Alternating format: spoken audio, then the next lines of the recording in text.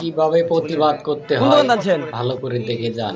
যদি সম্ভব হয় শেয়ার আচ্ছা, করে চলেন তো দিবেন, আপনার সাথে বাংলার কথা আছে। প্রত্যেকটা মানুষ যেন দেখতে পারে।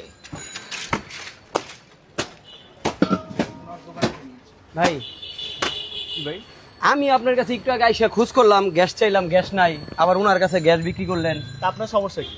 আমার সমস্যা কি মানে আমি কি টাকা দিব না আপনাকে? আরে ভাই স্যার আপনি যান স্যার, গ্যাস নিয়ে চলে যান স্যার। কেমন কথা আমি বুঝলাম না। ওনারা আপনি বিদায় করে দিতেছেন, আমার কথা শুনবেন না আপনি? কি হয়েছে বলে? হ্যাঁ, আমাকে গ্যাস দিলেন না, ওনাকে গ্যাস দিলেন, আমি কি আপনাকে টাকা দিব না? আমি কি টাকা ছাড়া গ্যাস নিব আপনার কাছ থেকে? আরে ভাই জান তো ভাই, ঝামেলা করেন না স্যার, আপনি যান গ্যাস আপনি কত টাকাতে গ্যাস নিছেন? 3000 টাকা নিছে আমার। রিসিট দেন, রিসিট দেন। রিসিট হবে না। হ্যাঁ, তা আপনি রিসিট ছাড়া গ্যাসটা কিনলেন কেমনে? গ্যাস পাওয়া যাচ্ছে না, উনি আমাকে 3000 টাকা দেন রিসিট দেন। রিসিট নাই। রিসিট ছাড়া আরে গ্যাস ভাই, কেন আপনি বিক্রি করেন? আপনি রিসিট দেবো কেন? আমি কে আবার কথা বলেন? আমি কে? আমি একজন সাধারণ নাগরিক। আপনি গ্যাস নাই ভালো কথা, বিক্রি করবেন না। আপনি এত দামে গ্যাস কেন লুকায় লুকায় বিক্রি করবেন? আমি কি টাকা দিতাম না আপনারে? আমার বাসায় গ্যাস নাই, আমার দোকানে গ্যাস নাই, আমি কি টাকা দিব না? আপনি কেন এই কাজটা করলেন?